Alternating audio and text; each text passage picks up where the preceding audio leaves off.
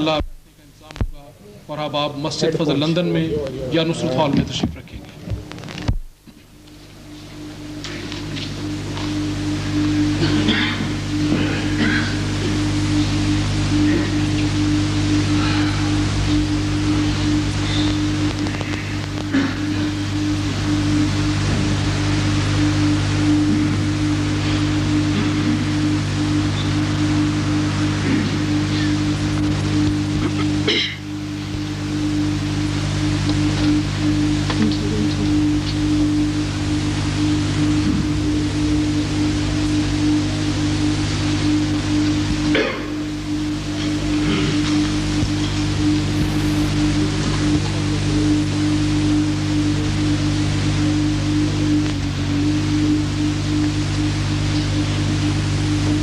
أيها الإخوة والأخوات، السلام عليكم ورحمة الله وبركاته. نحييكم ونرحب بكم. 1993. السلام علیکم ورحمۃ اللہ. اذان دے دیں. اليوم رمضان المبارك عام 1400.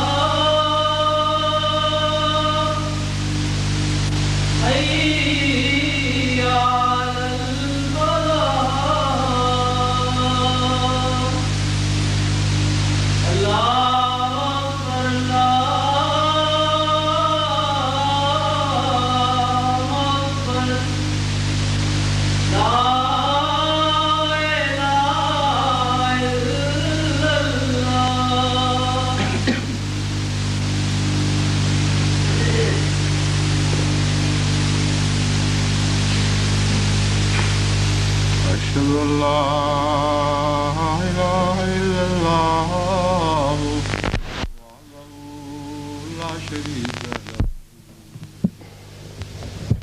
وأشهد أن محمدا عبده ورسوله. أما بعد فأعوذ بالله من الشيطان الرجيم. بسم الله الرحمن الرحيم. الحمد لله رب العالمين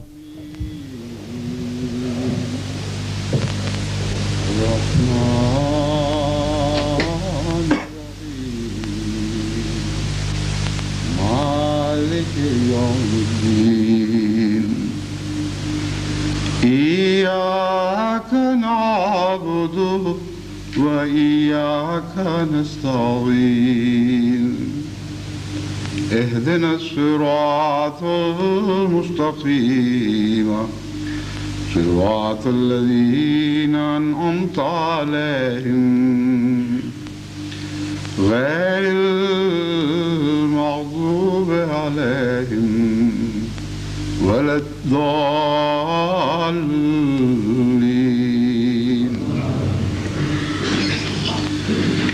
يا أيها الذين آمنوا كتب عليكم الصيام كما كتب على الذين من قبلكم كما كتب على الذين من قبلكم لعلكم تتقون أياما معدودات فمن كان منكم مريض أو على سفر فعدة من أيام أخر وعلى الذين يطيقونه فدية طعام مسكين فمن تطوع خيرا فهو خير له وأن تصوموا خير لكم إن كنتم تعلمون شهر رمضان الذي أنزل فيه القرآن هدى للناس وبينات من الهدى والفرقان فمن شهد منكم الشهر فليصمه ومن كان مريضا أو على سفر فعدة من أيام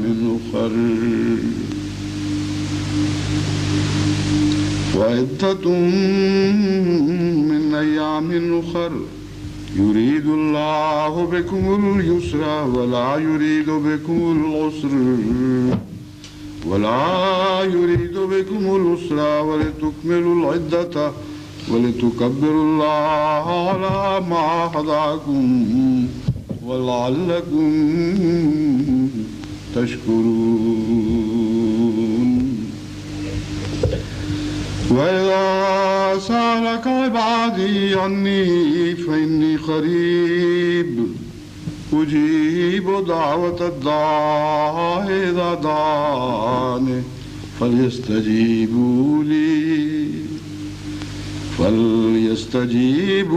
لي وليؤمنوا بي لعلهم يرشدون. سورہ بقرہ کی جو آیات Huzur has recited 87 اور رمضان کی عبادات اور ان کے فوائد سے ہے، لیکن ان کا ترجمہ پیش کرنے سے پہلے میں چند دو تین عمومی باتیں آپ کے سامنے رکھنا چاہتا ہوں۔ آج کا وہ مبارک دن طلوع ہوا ہے اس جمعے کی شکل میں، جس میں خدا تعالیٰ کے فضل سے احمدیت کو دین کی اشاعت کی راہ میں ایک اور سنگ میل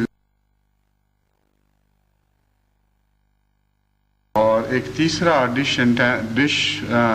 سیٹلائٹ اسٹیشن ہمیں ملا ہے، جس کے نتیجے میں اب وہ حصے دنیا کے جن میں پہلے خلا تھا وہاں بھی اب خدا کے فضل سے جماعت احمدیہ کی اسلام کی آواز اور جماعت احمدیہ کی طرف سے اسلام کا پیغام صوتی اور نظری صورت میں پہنچایا جا سکتا ہے سے مراد یہ ہے پہنچ رہا ہے، لیکن جس کے سننے کے کان ہوں وہ سنے، جس کی دیکھنے کی آنکھیں ہوں وہ دیکھے۔ حضرت عیسیٰ کے نزول میں بھی جو تمثیل بیان فرمائی گئی تھی وہ یہی تھی کہ جو مولوی سیڑھیاں لگائیں گے انہی کے اوپر پاس وہ آئے گا، یعنی آسمان سے تو اترے گا لیکن کوئی سیڑھیاں ہی نہیں لگائے گا، اپنا دل ہی پیش نہیں کرے گا، تو کیسے اس کے دل میں جاگزی ہوگا؟ تو یہ مضمون بڑا دلچسپ مضمون ہے۔ جہاں تک اللہ تعالیٰ کی طرف سے عطا کردہ توفیق کا تعلق ہے، آج احمدیت یعنی حقیقی اسلام کا پیغام، یا احمدیت تو ایک ذریعہ اور شاخ ہے، یوں کہنا چاہیے کہ اسلام کا پیغام، اس اسلام کا پیغام جو قرآن کا پیغام ہے، اس اسلام کا پیغام جو محمد مصطفیٰ صلی اللہ علیہ وسلم کا پیغام ہے، وہ آج دنیا کے کونے کونے میں پہنچ رہا ہے۔ توفیق کی الگ بات ہے، کسی کو توفیق ہے تو سنے اور دیکھے، جسے توفیق نہیں ہے تو اس کی توفیق کو بدلنا بندے کا کام نہیں، وہ تو اللہ کے اختیار میں ہے۔ مجھے یاد ہے جب میں وقف جدید اور خدام الاحمدیہ وغیرہ کے سلسلے میں پاکستان کے دیہات کے دورے کیا کرتا تھا اور بنگلہ دیش میں بھی اس وقت پاکستان کا حصہ تھا جاتا تھا، تو میں نے محسوس کیا کہ دوروں کے نتیجے میں جماعتوں میں ایک نیا ولولہ پیدا ہوتا ہے، اور تمام مرکزی نمائندگان کو خدا تعالیٰ نے یہ استطاعت بخشی ہے کہ جب وہ سفر کرتے ہیں، دورہ کرتے ہیں، تو جماعت میں ایک نئی زندگی پیدا ہو جاتی ہے۔ لیکن میں نے بطور خاص اپنی ذات میں یہ محسوس کیا کہ چونکہ میرا خونی تعلق حضرت مسیح موعود علیہ السلام سے تھا، اس لیے جماعتیں نسبتاً زیادہ اثر قبول کرنے کے لیے تیار بیٹھی ہوتی تھیں۔ تو اثر کا تعلق محض اس آواز سے نہیں ہے جو پہنچا رہی ہے، ان دلوں سے بھی ہے جو قبولیت کا مادہ رکھتے ہیں یا قبولیت کے لیے تیار ہوتے ہیں۔ بس دنیا میں پیغام پہنچانے میں دو پہلو ہیں، ایک وہ آواز جو پیغام پہنچاتی ہے، اور ایک وہ دل جو اس آواز کی طرف مائل ہوتے ہیں یا اس کے خلاف منفی رد عمل دکھاتے ہیں۔ بس دوسرا پہلو جو ہے وہ دعاؤں سے حل ہو سکتا ہے۔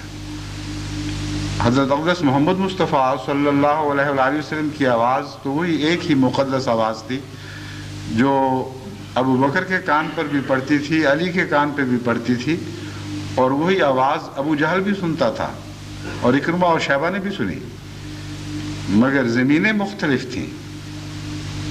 کچھ کانوں نے ان آوازوں کو سنا اور دلوں نے قبول کیا اور دلوں میں جاگزین ہو گئی، کچھ کانوں نے جھٹک دیا، کچھ آنکھوں نے دیکھنے سے انکار کر دیا۔ تو ایسے وہ دل ہیں جن پر قفل پڑ جاتے ہیں۔ ان قفلوں کو توڑنا بندے کے بس کی بات نہیں، وہ تو اللہ کی توفیق ہی ہے۔ اللہ تعالیٰ سے دعا مانگی جائے تو پھر یہ قفل ٹوٹتے ہیں۔ تبھی حضرت صلی اللہ علیہ وآلہ وسلم نے جب آپ کو یہ خبر دے دی گئی کہ ختم اللہ علی قلوبہم وعلی سمعہم وعلی ابصارہم غشاوہ، کہ اے محمد ان لوگوں کے دلوں پر تارے پڑ چکے ہیں، ان کی آنکھوں دلوں پر مورے ہیں، آنکھوں سے دیکھ نہیں سکتے، کانوں سے سن نہیں سکتے۔ تو پیغام پہنچانا تو آپ نے بند نہیں کیا، ہاتھ پر ہاتھ رکھ کر نہیں بیٹھ رہے، بلکہ اتنی ہی زیادہ شدت کے ساتھ دعا کی طرف متوجہ ہوئے۔ اور یہ حضرت محمد مصطفیٰ صلی اللہ علیہ وآلہ وسلم کی دعائیں ہی تھیں جنہوں نے آنکھوں کو دوبارہ نور بخشا ہے، جنہوں نے کانوں کو سنوائی کی طاقت عطا کی ہے۔ وہ نہیں اس دنیا سے گزرے جب تک کہ خدا تعالیٰ نے جو جو بیماریاں اس قوم کی بتائی تھیں ان بیماریوں کو شفا نہیں بخش دی اللہ کے فضل کے ساتھ۔ وہ دلوں کے تالے ٹوٹ گئے، وہ جمود ختم ہو گئے۔ ابو جہل کی اولاد سے آپ کے دین پر، آپ کے نام پر جان نثار کرنے والے پیدا ہوئے۔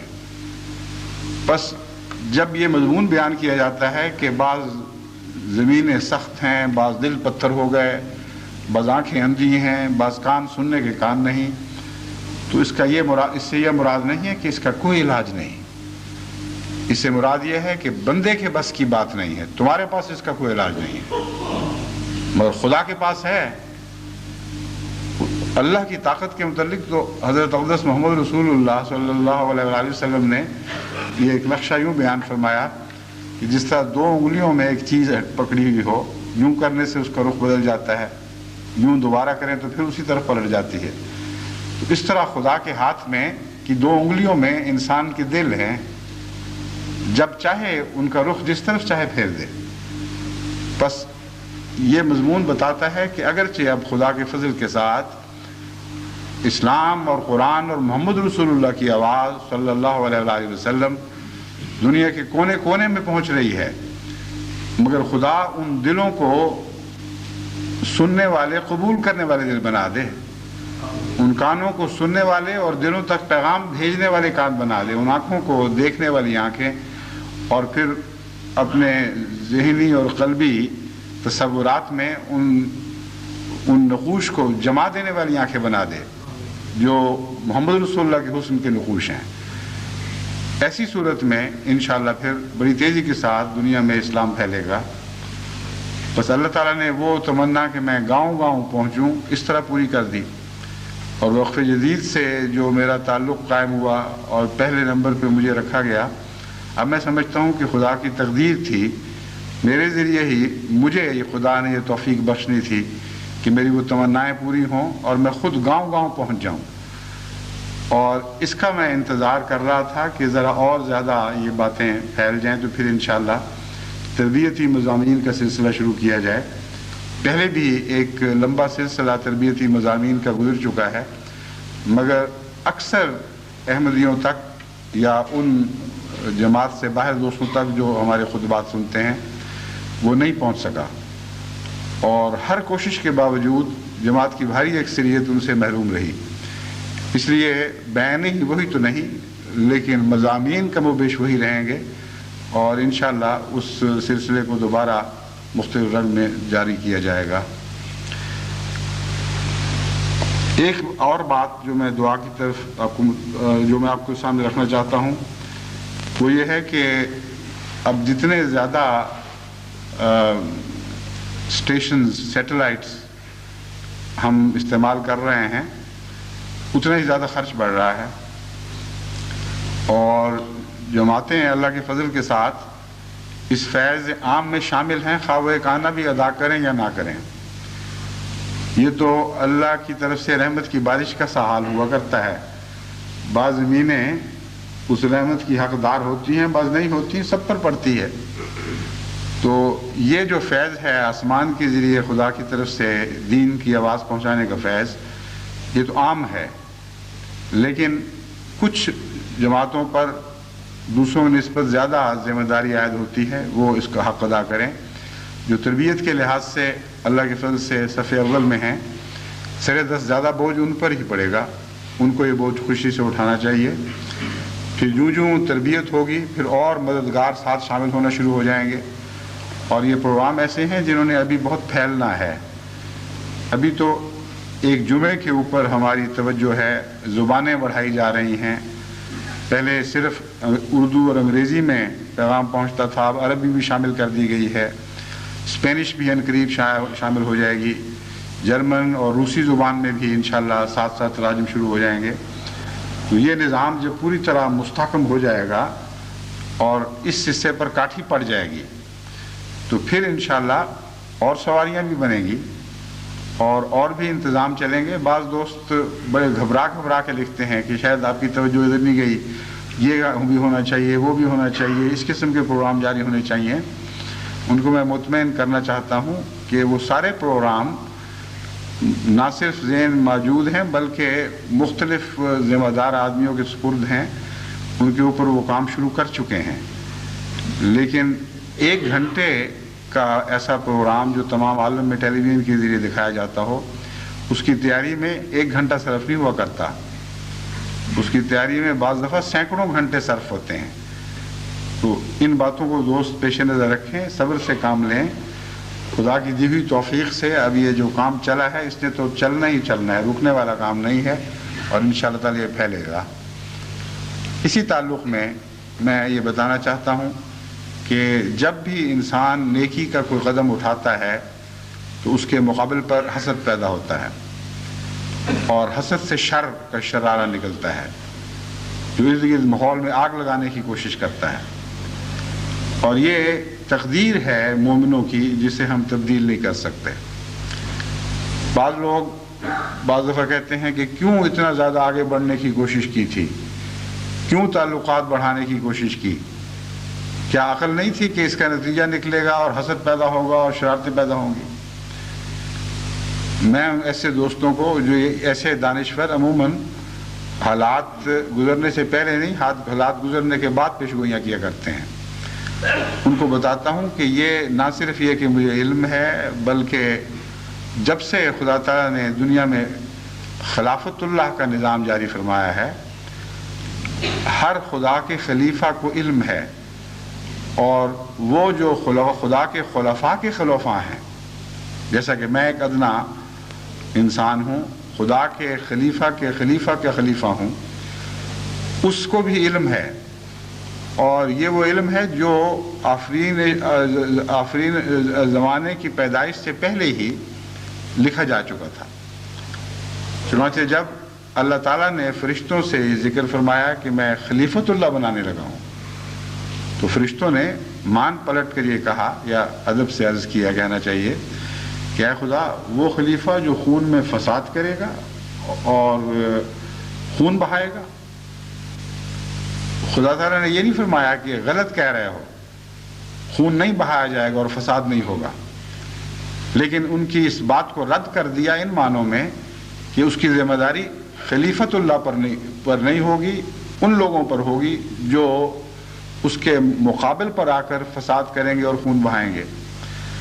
تو جب بھی نظام بدلے جاتے ہیں، جب بھی دلوں میں ایک وسیع تبدیلی پیدا کرنے کی کوشش کی جاتی ہے، جب بھی شیطان کی حکومت مٹا کر الہی حکومت کے قیام کا زمانہ آتا ہے، تو لازماً دوسری طاقتیں رد عمل دکھاتی ہیں. اس کا یہ نتیجہ نکالنا کہ کوشش کرنی ہی نہیں چاہیے تھی جس کے نتیجے میں یہ ہو، اگر یہ نتیجہ نکالنا درست ہے تو پھر خلافت کا آغاز ہی نہیں ہو سکتا تھا کبھی. خدا تعالیٰ کا پہلا خلیفہ جو خلیفۃ اللہ کے سلسلے کی پہلی کڑی تھی، یعنی حضرت آدم علیہ السلام بحیثیت نبی اللہ، وہی پیدا نہ ہوتے. اور پھر یہ خلافت حضرت اقدس محمد مصطفیٰ صلی اللہ علیہ وآلہ وسلم کی ذات میں اپنی انتہا کو نہ پہنچتی، اپنے منتہا کو نہ پہنچتی، اور وہ کامل وجود پیدا نہ ہوتا جس کے مقابل پر تمام دنیا ہیچ اور کوئی حیثیت نہیں رکھتی، جس کے متعلق اللہ تعالیٰ نے فرمایا لولاکھا لما خلقت الافلاک. اے محمد تیری قیمت میری نظر میں اتنی ہے کہ اگر تجھے پیدا کرنا مقصود نہ ہوتا تو اس ساری کائنات، اس زمانوں کو میں پیدا نہ کرتا. یعنی تو ما حصل ہے میرے تخلیقی نظام کا، اور تمام تخلیقی نظام اس غرض سے بنایا گیا کہ بالآخر اسے وہ پھل لگے جس کا نام محمد ہے صلی اللہ علیہ وآلہ وسلم. تو یہ سارا دور جو گزرا ہے محمدیت تک کا دور، یہ فساد اور خون کے رستوں سے گزرا ہے. جب حضرت اقدس محمد مصطفیٰ صلی اللہ علیہ وآلہ وسلم کا خون احد کی سرزمین میں گرا تو ہر قطرہ اس بات کا گواہ تھا کہ خلیفۃ اللہ اس خون کا ذمہ دار نہیں ہے، بلکہ وہ ظالم ذمہ دار ہیں جنہوں نے دنیا کے سب سے معصوم انسان کا خون بہایا ہے. بس فساد کو مٹانے کے لیے جب کوشش کی جاتی ہے تو فساد پیدا ہوتا ہے. جب خون بہانے کے رجحان کو توڑا جاتا ہے اور اس کا رخ بدلا جاتا ہے تو اس کے نتیجے میں پھر خون بہایا جاتا ہے. اور ان دونوں صورتوں میں ذمہ دار وہ لوگ ہیں جو محبت کا جواب نفرت سے دیتے ہیں، جو عقل کا جواب جہالت اور ظلم سے دیتے ہیں. وہ لوگ ذمہ دار نہیں جو پیار پھیلاتے ہیں، جو امن پھیلاتے ہیں، جو دنیا سے محبت کی باتیں کرتے ہیں اور چاہتے ہیں کہ انسان کے قریب آئے. بس نفرت کی تعلیم دینے والے اپنا رد عمل ہمیشہ نفرت ہی میں دکھائیں گے. ہاں ایک حصہ ان میں سے ایسا ہے جو محبت سے مغلوب ہوتا ہے اور ان کی زمین تھوڑی سی کٹ کر محبت کی زمین میں شامل ہو جاتی ہے، اور یہ سلسلہ اسی طرح جاری و ساری ہے. کچھ قدم اور چل کر پھر ماحول بدلتے ہیں، پھر ایک دفعہ تنگی کا سامان پیدا ہوتا ہے، پھر اس تنگی سے پھر ایک یسر یعنی آسانی کی حالت پھوٹتی ہے. تو ہم نے جو سفر کرنا ہے یہ بہت لمبا سفر ہے. ساری دنیا کو تبدیل کرنا ہے، سب نفرتوں کو مٹا کر ان کی جگہ محبتیں پیدا کرنی ہیں، اور ہر بے امنی کو ہٹا کر اس کی بجائے امن قائم کرنا ہے. یہ کوئی آسان سفر نہیں ہے، ہمیں اس راہ میں قربانیاں دینی پڑیں گی. جب امن پھیلانے کی کوشش کریں گے تو لوگ ہمارے لیے بدامنی پیدا کریں گے. جب ہم یہ کوشش کریں گے کہ انسان دوسرے انسان کا خون بہانا بند کر دے تو لوگ کہیں گے اچھا ہم تمہارا خون بہاتے ہیں پھر، کیونکہ خون بہانے کی عادت تو بڑی گندی ہے، یہ تو پیچھا نہیں چھوڑتی. تو کسی نہ کسی کو قربانی کا بکرا بنایا ہی جاتا ہے. اس لحاظ سے وہ لوگ جو خوشی سے اپنی جان قربانی کے لیے پیش کرتے ہیں، نہ کہ جان لینے کی خاطر بلکہ جانیں بچانے کی خاطر اپنی جانیں دیتے ہیں، وہ لوگ ہیں جو خلیفۃ اللہ کے متبعین ہیں، اور ان کا مقدر یہی ہے. یہ تو جاری و ساری ہے. کوئی دانشور جتنی چاہے تنقید کر لے، اس تقدیر الہی کو بدل نہیں سکتا. جو خدا کے بندے ہیں وہ خدا کے بتائے ہوئے رستوں پر ضرور چلیں گے، اس راہ میں کتنی ہی قربانیاں پیش کرنی پڑیں، لیکن دعا ضروری ہے۔ قرآن کریم نے جہاں حسد کا مضمون بیان فرمایا وہاں ساتھ دعا سکھائی، فرمایا ایسے موقع پر دعاؤں کے ذریعے تم اس شر سے بچ سکتے ہو، اور دعاؤں ہی کے ذریعے ان مخفی شر کے مخفی پلنے والے شروں کے شر سے بچ سکتے ہو جو تمہیں دکھائی نہیں دے رہے۔ کسی دل میں حسد پیدا ہوا، اس کے نتیجے میں شرر پیدا ہوئے، ان شرر کے نتیجے میں آگ بھڑکائی جا رہی ہے، تم بیچاروں کو کیا پتا جو امن کے بندے ہو، جو محبت کے پیغمبر ہو، تمہیں کیا پتا کہ نفرت کے پیغمبر تمہارے لیے کیا کیا سوچ رہے ہیں۔ اس لیے اللہ عالم الغیب ہے، اس کی پناہ میں آؤ۔ جب تم اس کی پناہ میں آؤ گے اور یہ دعا کرو گے من شر حاسد اذا حسد، اے خدا جب بھی جہاں بھی کوئی حسد کے نتیجے میں شر پھیلانے کی کوشش کرے، ہم تیری پناہ میں اس حسد سے ہم تیری پناہ میں آتے ہیں، تو اللہ تعالیٰ پھر ان دعاؤں کو قبول فرماتا ہے اور اپنے کمزور اور بے طاقت بندوں کی حفاظت کا انتظام فرماتا ہے۔ اب میں ان آیات کریمہ کا ترجمہ کرتا ہوں جو میں نے تلاوت کی تھی، اور ان میں رمضان مبارک کے بہت ہی گہرے اور بہت پرلطف مضامین بیان ہوئے ہیں۔ پہلے تو یہ فرمایا یا ایھا الذین آمنوا کتب علیکم الصیام کما کتب علی الذین من قبلکم لعلکم تتقون، کہ اے ایمان لانے والو، یعنی وہ جو محمد مصطفیٰ صلی اللہ علیہ وآلہ وسلم پر ایمان لائے ہو، تم پر اسی طرح رمضان یا روزے فرض کر دیے گئے ہیں کما کتب علی الذین من قبلکم، جس طرح تم سے پہلے لوگوں پر فرض کیے گئے تھے۔ یعنی روزے کا مضمون ایک عالمی دینی مضمون ہے، ان مضامین سے تعلق رکھتا ہے جنہیں ہم کتب قیمہ کہہ سکتے ہیں، یعنی ایک ایسا مضمون ہے جس کا ہر مذہب سے تعلق ہے۔ اور امر واقعہ یہ ہے، جہاں تک میں نے نظر ڈال کر دیکھا ہے، دنیا کے تمام مذاہب میں روزوں کا تصور ہے، خواہ روزوں کی تعریف بدل جائے، کوئی چھوٹا روزہ، کوئی بڑا روزہ، کوئی آدھا روزہ، کوئی مکمل روزہ، لیکن روزہ ضرور پایا جاتا ہے کسی نہ کسی شکل میں۔ لعلکم تتقون، یہ اس لیے ضروری ہے کہ تاکہ تم دنیا کے فسادوں اور نفس کے فسادوں سے بچ سکو۔ یہاں تتقون کے سے مراد تقوی کا آخری مضمون بھی لیا جا سکتا ہے، لیکن ابتدائی زیادہ قرین قیاس ہے۔ روزہ اس لیے تمہیں دیا جاتا ہے تاکہ تم ہر شر سے بچو، کسی شر میں ڈالنے کے لیے روزہ نہیں رکھوایا جا رہا، بلکہ مصیبتوں، تکلیفوں، اپنے اور غیر کے عائد کردہ ابتلاؤں اور عذابوں سے بچنے کے لیے یہ ایک ذریعہ ہے۔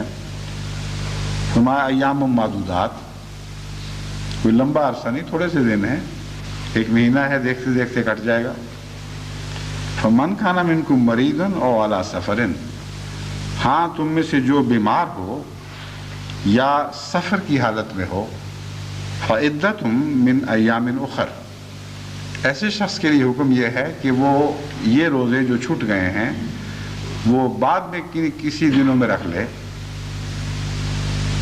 وعلی الذین یطیقونہ فدیۃ طعام مسکین، اور وہ لوگ جو یطیق، جن کے متعلق فرمایا یطیقونہ، اس کے دو ترجمے ہیں۔ یطیقونہ کا جو باب ہے وہ اجازت دیتا ہے کہ اس کا مثبت ترجمہ بھی کیا جائے اور منفی ترجمہ بھی کیا جائے۔ یطیقونہ کا ایک مطلب یہ ہوگا وہ لوگ جو طاقت رکھتے ہیں اس کی، اور ایک مطلب یہ ہوگا وہ لوگ جو اس کی طاقت نہیں رکھتے۔ تو بیک وقت ایک ہی لفظ دو مختلف اور متضاد معنوں میں استعمال ہو رہا ہو تو وہ مضمون کے اوپر کیا اثر کرے گا، یہ دیکھنے والی بات ہے، اور کس طرح دونوں مضامین کا حق ادا کر دے گا۔ یہ قرآنی فصاحت و بلاغت کی ایک مثال ہے۔ آپ دیکھیں کہ کس عمدگی کے ساتھ یہ ایک لفظ مثبت معنی بھی پورے کر دیتا ہے اور منفی معنی بھی پورے کر دیتا ہے۔ پہلے مضمون کے تعلق میں اگر ہم یہ ترجمہ کریں فمن کان منکم مریضا او علی سفر فعدۃ من ایام اخر وعلی الذین یطیقونہ فدیۃ طعام مسکین. تو ترجمہ یہ بنے گا کہ وہ لوگ جو سفر یا مرض کی بنا پر روزہ نہیں رکھ سکتے، روزہ تو وہ بعد میں ضرور رکھیں گے، مگر یہ جو خلا محسوس ہوگا نیکی کا، کہ ایک نیکی کی توفیق کے دن آئے اور توفیق پا نہیں سکے، اس کا کیا علاج ہے؟ فرمایا ہاں اگر ان میں طاقت ہو، مالی حیثیت ہو، تو اپنے دل کی اور روحانی تسکین کی خاطر وہ غریبوں کو اتنا دے دیں یا اتنا کھلا دیں جتنا ایک دن کی ایک انسان کی غذا ہوتی ہے، اور اپنی طاقت اور اپنی استطاعت کے مطابق ایسا کریں. اس میں یطیقون مثبت معنوں میں پھر دوہرے معنی رکھتا ہے. مطلب یہ ہے کہ غریب کو طاقت کم ہے اگر تو غریبانہ کھانا پیش کر دے، اور اگر امیر کو طاقت زیادہ ہے تو وہ اپنی حیثیت کے مطابق کھانا دے. اس لحاظ سے وہ جو مقرر کر دیا جاتا ہے فدیہ وہ ایک غیر حقیقی سی بات بن جاتی ہے. ایک اندازہ پیش کرنا تو جماعت کا حق ہے، یہ اندازہ پیش کر دے کہ ہمارے نزدیک اس ملک میں اوسطاً اتنے پاؤنڈ یا اتنے روپے پر ایک انسان کا گزارا ہے، اس لیے ایک دن میں اس کو اپنے کھانے پر اتنا خرچ کرتا ہوگا. لیکن قرآن کریم کا مضمون جو ہے وہ یہ ہے کہ ہر انسان اپنی طاقت کے مطابق خرچ کرے، اپنی طاقت کے مطابق اپنے غریب بھائی کو کھانا کھلائے، اور یہ طاقت اس کے درجات پر بھی حاوی ہے. کم درجے کی طاقت والا کم معیار کا کھانا پیش کرے، زیادہ درجے کی طاقت والا زیادہ معیار کا کھانا پیش کرے، جو اچھا کھاتا ہے وہ ویسا ہی پیش کرے، جو غریبانہ کھاتا ہے وہ ویسا ہی پیش کرے. تو فدیے کی رقم کا جو اندازہ جماعت کی طرف سے پیش کیا جاتا ہے اس سے یہ دھوکہ نہ کھائیں کہ بہت امیر آدمی جو عملاً اس مجوزہ رقم سے بہت زیادہ روزانہ اپنے اوپر خرچ کرتے ہیں، وہ سمجھیں کہ وہ اتنی رقم پیش کر دی ہے تو کافی ہوگا. اپنا حقیقی اندازہ کریں، جو اخراجات ان کے کھانے پر اٹھتے ہیں اس کی اوسط نکالیں اور پھر وہ پیش کریں، اور احتیاطاً کچھ زیادہ کر دیں تو بہتر ہے. دوسرا فرمایا والذین یطیقونہ فدیۃ طعام مسکین، کہ وہ لوگ جو اس کی طاقت رکھتے ہیں، طاقت نہیں رکھتے. فدیۃ و طعام مسکین، یہاں طاقت نہیں رکھتے کا مضمون ایام اخر سے متعلق ہو جائے گا. مراد یہ ہوگی کہ ہم جو کہتے ہیں کہ جو مریض ہو یا سفر پر ہو وہ بعد میں روزے رکھ لے، لیکن اگر کسی شخص میں بعد میں روزے رکھنے کی طاقت نہ ہو، یعنی مرض لمبی ہو گئی اور دائمی بن گئی، یا کوئی اور ایسی باتیں رستے میں حائل ہو گئیں جن کے نتیجے میں بعد میں روزہ رکھنے کی توفیق نہ مل سکے، تو فرمایا ان کے لیے پھر یہ طریقہ ہے کہ وہ پھر فدیہ دے دیا کریں. تو دیکھیں ایک ہی لفظ نے منفی اور مثبت معنی بیک وقت مضمون کے اوپر بیک وقت ادا کیے اور مضمون کے تمام پہلوؤں پر حاوی ہو گئے. پھر فرمایا فمن تطوع خیرا فہو خیر لہ، اس نے اس جو مضمون میں بیان کر رہا ہوں اس کو مزید طاقت دی ہے. فرمایا فمن تطوع خیرا فہو خیر لہ، جو شخص طاقت رکھتا ہو اور خرچ کرے، اور جو شخص طاقت نہ رکھتا ہو بعد میں روزہ رکھنے کی اس لیے خرچ کرے، ان دونوں مضامین کے بیک بیان ہونے سے انسان کا مزاج اس طرف جا سکتا ہے کہ میں چونکہ بعد میں روزہ رکھنے کی طاقت رکھتا ہوں اس لیے میرے لیے ضروری نہیں ہے کہ میں کسی غریب کو کھانا کھلاؤں. اللہ تعالیٰ فرماتا ہے ضروری نہ بھی ہو تو یہ بات سوچ لو، فمن تطوع خیرا فہو خیر لہ، کہ جب نیکیوں کی بات کی جاتی ہے تو عقل والے ضروری کی بحث میں نہیں پڑا کرتے، وہ جانتے ہیں کہ نیکی نیکی ہی ہے، اس کا فائدہ ہی پہنچے گا، اس لیے وہ ہمیشہ اپنے لیے احتیاطی پہلو اختیار کرتے ہیں اور جانتے ہیں کہ نیکی سے فائدہ ہی ہے، نقصان تو کوئی نہیں، اس لیے جو بھی خدا کی مراد ہے دونوں صورتوں میں اسے پورا کرنا چاہیے۔ وَأَن تُصُومُوا خَيْرٌ لَكُمْ إِن كُنتُمْ تَعْلَمُونَ، اور پھر فرمایا کہ اگر تم روزہ رکھو تو یہ بہتر ہے، یعنی فدیہ دینے کے باوجود پھر بھی روزہ رکھو، اور فدیے کو روزے کا بدل نہ سمجھو، کیونکہ روزہ اپنی ذات میں جو فوائد رکھتا ہے فدیہ وہ فوائد نہیں رکھتا، اس لیے فدیے کو کسی طرح بھی روزے کا بدل نہ سمجھنا۔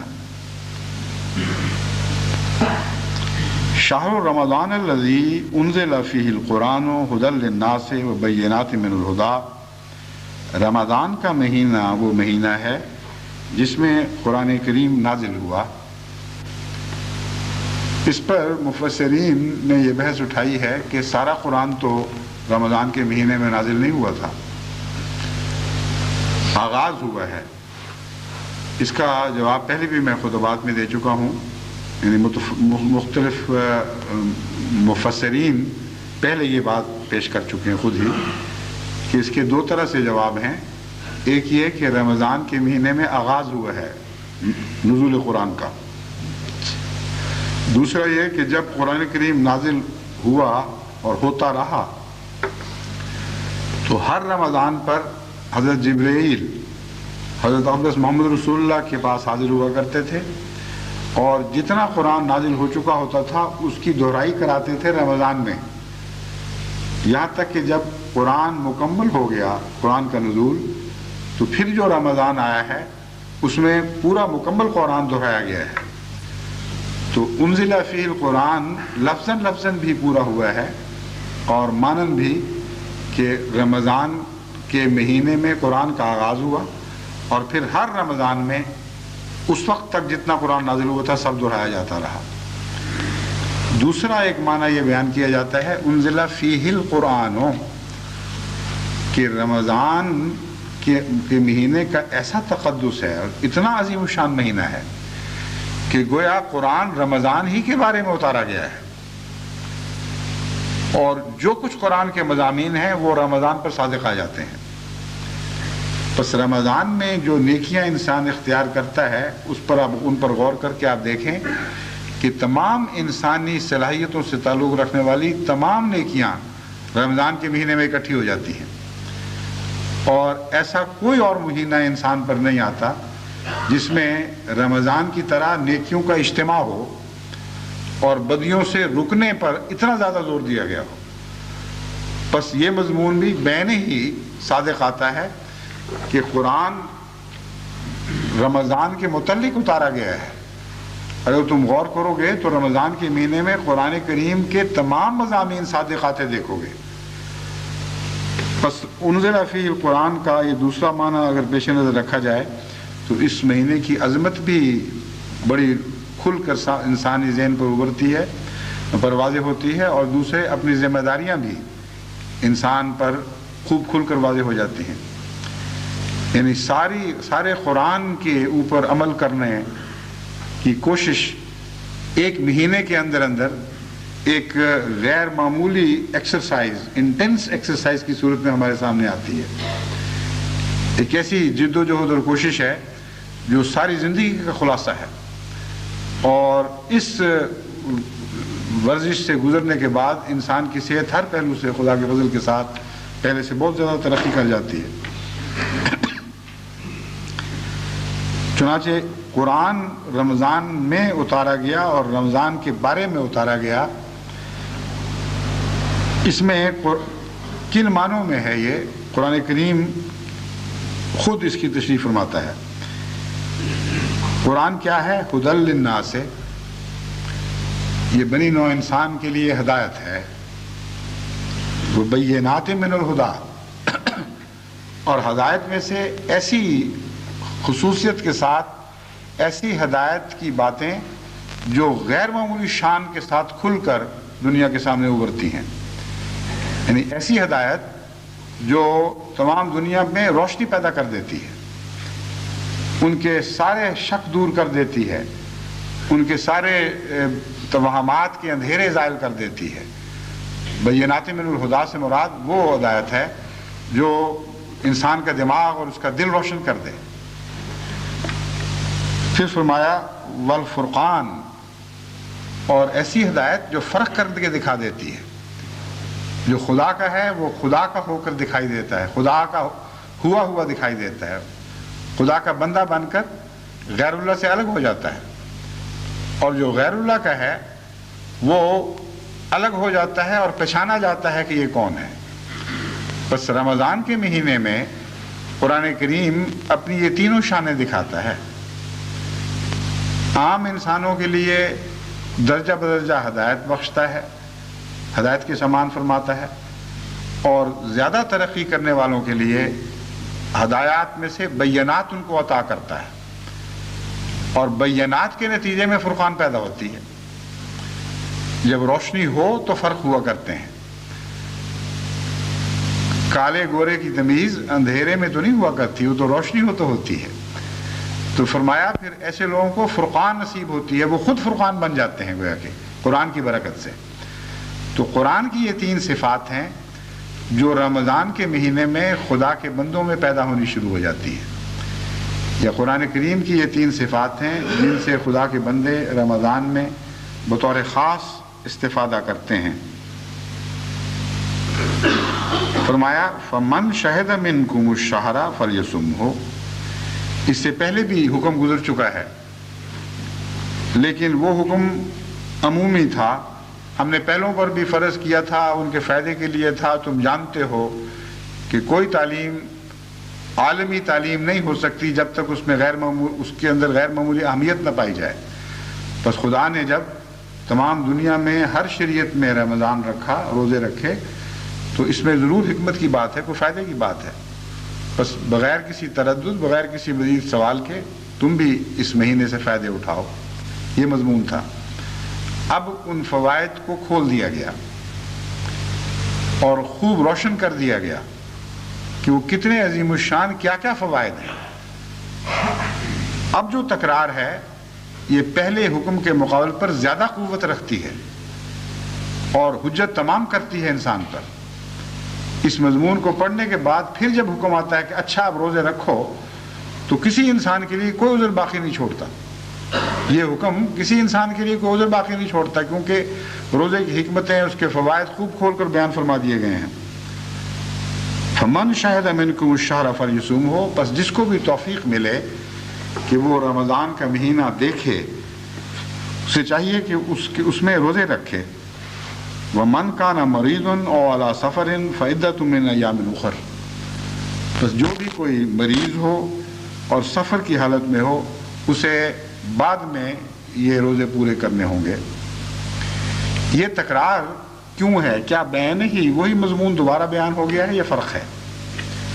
اس میں دو باتیں ایسی ہیں جو پہلے سے فرق رکھتی ہیں، ایک ابھی میں بعد میں بیان کروں گا۔ ایک یہ ہے کہ اتنے فائدے سننے کے بعد اب نفس یہ بہانے نہیں بنائے گا کہ میں تو مریض ہوں اس لیے چھوڑ دوں، میں مسافر ہوں اس لیے چھوڑ دوں، بلکہ یہ بہانے بنائے گا کہ مریض ہوتے ہوئے بھی پھر بھی میں روزہ رکھوں، سفر کے ہونے کے باوجود بھی میں روزہ رکھوں۔ اور خدا تعالیٰ نے اس بات کو توڑنے کے لیے اس مضمون کی تکرار فرمائی ہے کہ دیکھو تمہیں اب رمضان کے فوائد تو خوب سمجھ آ گئے ہیں، اب رمضان کی حرص کے نتیجے میں یہ نہ سمجھنا کہ مریض ہوتے ہوئے بھی روزہ رکھو گے تو یہ ثواب کا موجب ہے، یا سفر کی حالت میں بھی روزہ رکھو گے تو ثواب کا موجب ہے۔ اللہ نے رخصت عطا فرمائی ہے، اس لیے رخصت سے فائدہ اٹھانا بھی انسان اللہ تعالیٰ کی اطاعت کا ایک حصہ ہے، ایک اظہار ہے۔ تو اصل ثواب اطاعت میں ہے، نہ کہ ظاہری مشقت میں۔ ظاہری مشقت ہرگز مراد نہیں ہے، بلکہ اللہ تعالیٰ کی رضا حاصل کرنا مراد ہے۔ تو ہم نے جب تمہیں رمضان کے فائدے بتا دیے تو تم میں سے بعض خوب جوش دکھائیں گے اور کہیں گے اچھا جی اب ہم نے نہ سفر میں چھوڑنا ہے نہ مرض میں چھوڑنا ہے، جان جائے تو جائے، روزہ نہیں چھوڑنا۔ اور ایسے لوگ ہوتے ہیں۔ حضرت اقدس مسیح موعود علیہ الصلوۃ والسلام نے بعض سفر سے آنے والوں کو روزہ ایسی حالت میں توڑوایا جبکہ ابھی نصف گھنٹہ صرف سورج ڈوبنے میں باقی تھا. ان کو یہ تعلیم دینے کی خاطر کہ سختی میں اپنے اوپر سختی اختیار کرنے میں کوئی رضا نہیں ہے. جہاں خدا چاہے کہ سختی کرو، اپنے اوپر سختی اختیار کرو، وہاں سختی اپنے لیے سختی اختیار کرنا نیکی بن جاتا ہے. جہاں فرمائے کہ سختی نہ اختیار کرو، وہاں سختی نہ اختیار کرنا نیکی بن جاتا ہے. نیکی صرف اپنے محبوب کی رضا کا نام ہے. اس مضمون کی خاطر اس کو دہرایا گیا ہے اور ایک اور پہلو سے اس مضمون پر روشنی ڈالی گئی ہے. چنانچہ یہ بات کھول کے رکھ دی. فرمایا یرید اللہ بکم اليسر ولا یرید بکم العسر. تمہیں یوں وہم ہے کہ خدا تعالیٰ کسی پر سختی ڈالے تو اس کو ثواب دیتا ہے. اللہ تو اپنے سب بندوں کے لیے آسانی چاہتا ہے اور سختی میں کوئی نیکی نہیں ہے. جس کا مطلب یہ ہے کہ اگر وہ سختی برداشت کرنے کا ارشاد فرماتا ہے تو اس کے ساتھ کوئی آسانی وابستہ ہوئی ہے. اس سختی کو اختیار کیے بغیر وہ آسانی حاصل نہیں ہو سکتی، ورنہ سختی بذات خود مقصود نہیں ہوا کرتی. اس مضمون کو بہت اچھی طرح ذہن نشین کرنا ضروری ہے، ورنہ نیکیوں کی صحیح تعریف انسان کو معلوم نہیں ہو سکتی. دیکھو اسی جگہ جہاں فرمایا کہ سفر کی حالت میں روزانہ رکھنا، بعد میں رکھ لیا کرنا، اور مرض کی حالت میں روزانہ رکھنا، بعد میں رکھ لیا کرنا، اس کے ساتھ یہ فرما دیا یرید اللہ بکم اليسر ولا یرید بکم العسر. اللہ تم پر سختی نہیں چاہتا، نرمی چاہتا ہے. اس میں ایک اور بھی ضمناً بات بیان فرما دی. اس کو بیان کرنے کے بعد پھر میں دوبارہ اس موضوع کی طرف آتا ہوں. وہ یہ فرمایا ہے کہ یہ وہم ہو سکتا ہے کہ کن دنوں میں رکھیں.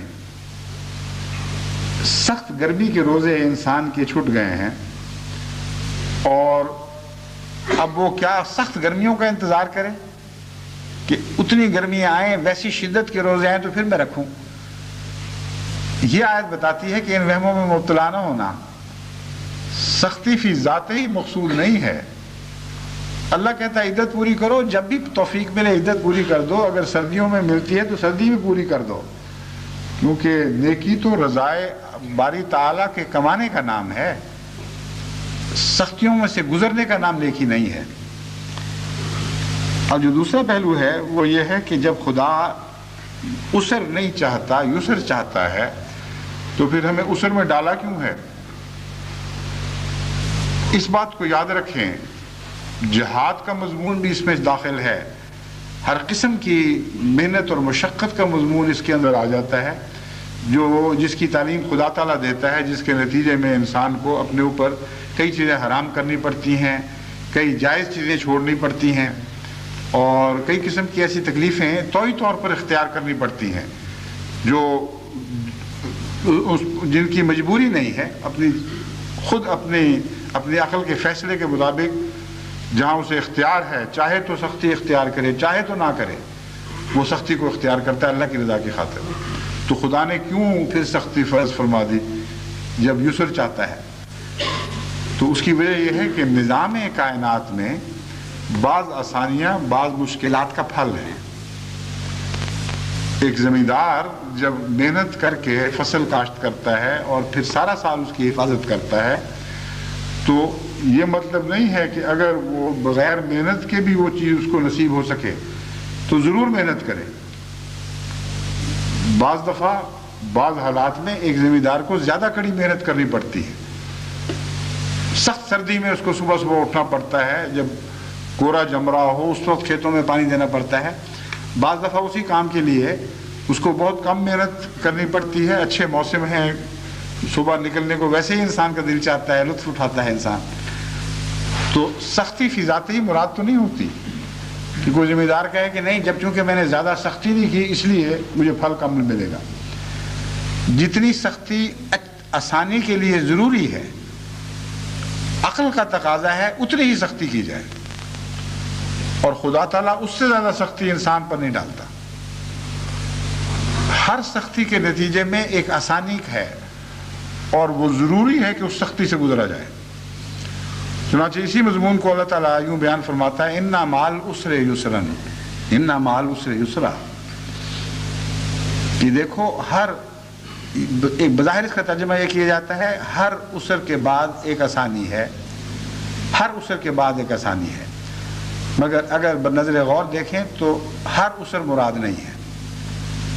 بعض قومیں سختی کی چکی میں پیسی جاتی ہیں، وہ شدائد اور مصائب کا شکار ہو کر پارا پارا اور ریزہ ریزہ ہو جاتی ہیں اور ان کے لیے کوئی آسانی بعد میں نہیں آتی. تو العسر سے مراد وہ عسر ہے یہاں جس کی قرآن نے تعلیم دی ہے، وہ عسر جو خدا کی رضا کی خاطر اختیار کیا جاتا ہے، وہ سختی جو انسان خدا کی خاطر جھیلتا ہے. ہر وہ سختی جس کا شریعت سے تعلق ہے اس کے متعلق لازماً یہی قانون ہے اور کوئی اس کو بدل نہیں سکتا کہ اِنَّ مَعَ الْعُسْرِ يُسْرًا اِنَّ مَعَ الْعُسْرِ يُسْرًا. یاد رکھو جتنی پابندیاں تم پر لگائی گئی ہیں، جتنی سختیاں تم پر عائد کی گئی ہیں، ان میں سے ایک بھی بے فائدہ نہیں ہے، ہر ایک کا فائدہ ہے، ہر ایک کے نتیجے میں تمہیں آسانیاں نصیب ہوں گی. بس یہی وہ مضمون ہے جس کو اللہ تعالیٰ یوں فرماتا ہے یرید اللہ بکم اليسر ولا یرید بکم العسر. عسر اپنی ذات میں کبھی بھی خدا کا مقصود نہیں رہا کہ سختی کی خاطر سختی ڈالو، بلکہ آسانی پیدا کرنا ہے. جہاں آسانی سختی کے رستوں سے گزرنے کے بعد نصیب ہوتی ہے وہاں تمہیں سختی سے گزارا جائے گا. اگر ایک بچے کو اسکول بھیجے بغیر وہ تمام تعلیم ودیت ہو جائے جو اسکول جانے کے نتیجے میں آتی ہے، تو کسی ماں کو کیا ضرورت ہے کہ اس کو صبح اٹھائے، مصیبت میں مبتلا ہو، اسے مصیبت میں مبتلا کرے اور روزانہ اسکول بھی بھیجے، اس کے خرچ بھی برداشت کرے. اگر گھر بیٹھے ایک دن ایک صبح اسے سب کچھ مل جائے اور علم اور ذہن روشن ہو جائیں تو کوئی ماں اس مصیبت میں نہیں پڑے گی. مقصد تکلیف دینا نہیں، بلکہ تکلیف کے بعد جو خوش منظر اس کے سامنے رہتا ہے، جو اعلیٰ فوائد اس کو دکھائی دے رہے ہوتے ہیں، ان فوائد کی خاطر ماں بچے کو تکلیف میں ڈالتی ہے. اور اگر ایسی تکلیف میں ڈالے جس کا فائدہ کچھ نہ ہو تو وہ جہالت ہے. بس اس مضمون کا اس سے بھی تعلق ہے جو میں نے پہلے بیان کیا. ہمیں جب خدا تعالیٰ ایک کامیابی کے بعد کچھ تکلیفوں میں پڑنے دیتا ہے، اس کے نتیجے میں حسد بھی پیدا ہوتے ہیں اور کئی قسم کی مشکلات اور روکیں کھڑی ہو جاتی ہیں، تو اللہ تعالیٰ فرماتا ہے کہ یہ روکیں پیدا کرنا مقصود نہیں تھا. ان روکوں کے نتیجے میں خدا کی خاطر جو تمہیں دکھ ملتے ہیں پھر، اور تمہارے دل ایک قسم کے عذاب میں مبتلا ہو جاتے ہیں کہ اچھا ہے، اچھی پاگل دنیا ہے، ہم نے ان کے لیے نیکی کی، یہ آگے سے نفرتوں کے ذریعے جواب دے رہے ہیں، ہم ان کی بھلائی چاہتے ہیں، یہ پاگل ڈنڈے لے کر ہمارے پیچھے پڑ گئے، ہم پیار اور محبت کا پیغام دیتے ہیں، یہ گالیاں دیتے ہیں. تو فرمایا کہ یہ جو عسر پیدا ہوا ہے، اگر تم دعائیں کرو گے تو یہ عسر پھر یسر میں بدلے گا، کیونکہ یہ عسر خدا کی خاطر ہے. بس وہ عسر جو تم خود قبول کرتے ہو اللہ کی رضا کی خاطر، وہ بھی ایک عسر ہے جس کے بعد یسر پیدا ہوگا. اور وہ عسر یعنی تنگی اور مصیبتوں کا زمانہ جو تم پر غیر کی طرف سے ٹھونسا جاتا ہے اور تمہاری اس کوشش کے نتیجے میں تمہیں مصیبت میں مبتلا کیا جاتا ہے کہ تم مصیبتیں دور کرنا چاہتے ہو، تم لوگوں کے آرام کے سامان کرتے ہو، وہ تمہیں دکھ دینے پر کے درپے ہو جاتے ہیں. اس کے نتیجے میں بھی خدا کا وعدہ ہے کہ اگر تم دعا کے ذریعے مجھ سے مدد لو گے تو میں اس عسر کو بھی آسانی میں تبدیل کر دوں گا. فرمایا وَلِتُكْمِلُوا الْعِدَّةَ وَلِتُكَبِّرُوا اللَّهَ عَلَى مَا هَدَاكُمْ وَلَعَلَّكُمْ تَشْكُرُونَ.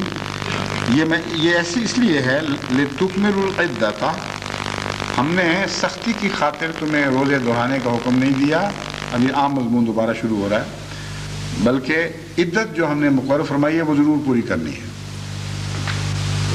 اگر 29 روزے فرض ہوئے ہیں تو 29 پورے کر کے دکھانے ہوں گے تمہیں، بچنا نہیں. اگر 30 پورے ہیں تو پھر 30 پورے کرنے ہوں گے.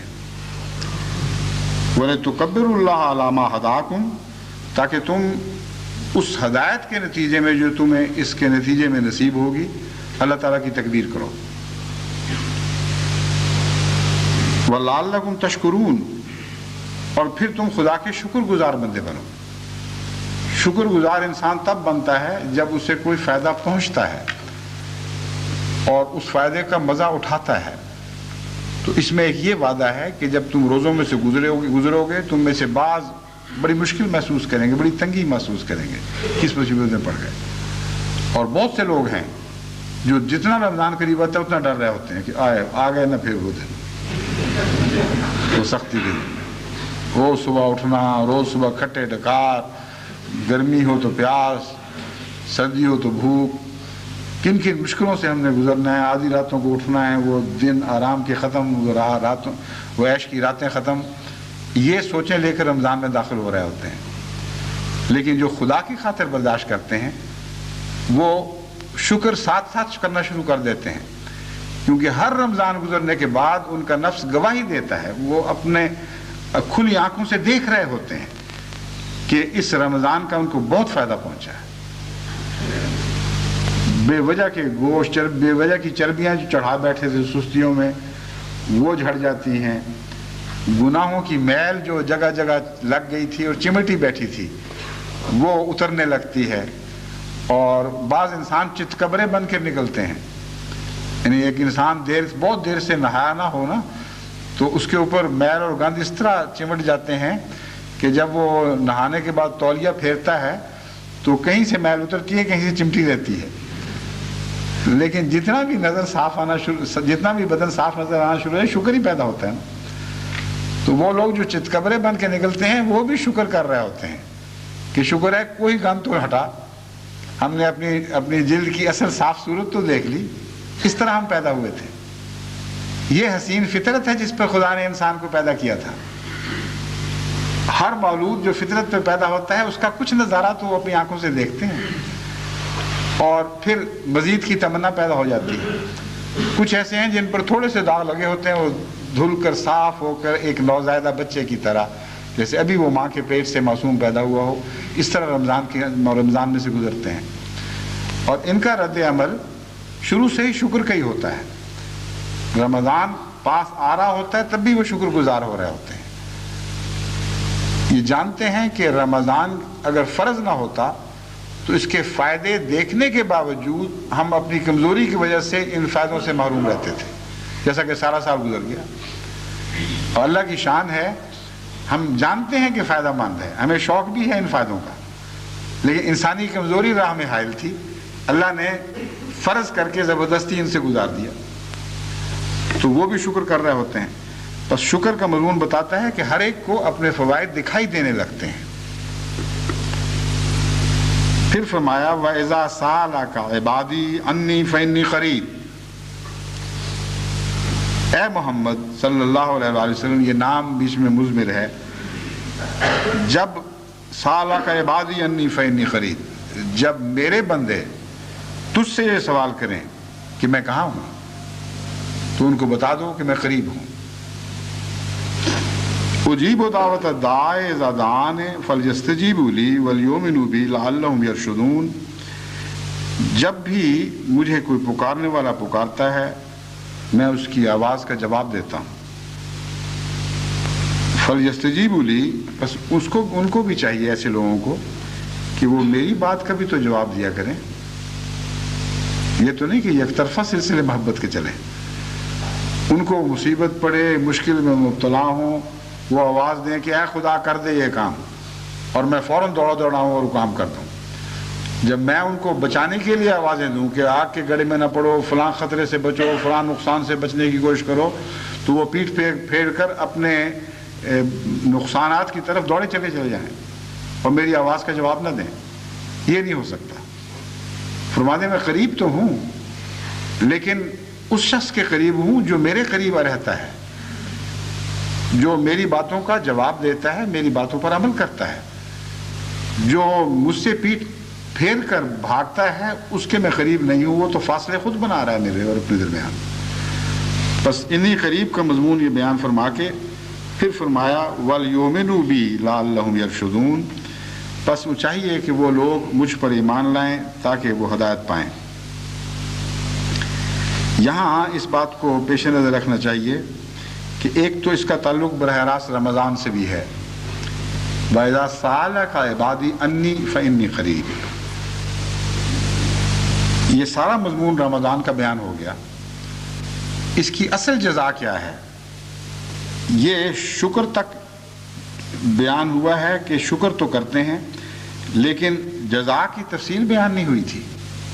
آپ دیکھ لیں اتنی بڑی نیکیاں ہیں اور جزا کی کوئی تفصیل بیان نہیں ہوئی، حالانکہ اس سے پہلے جو معمولی سی نیکیوں کا بھی ذکر جہاں قرآن کریم میں اور ملتا ہے وہاں تفصیل جزا کی بہت تفصیل بیان ہوتی ہے۔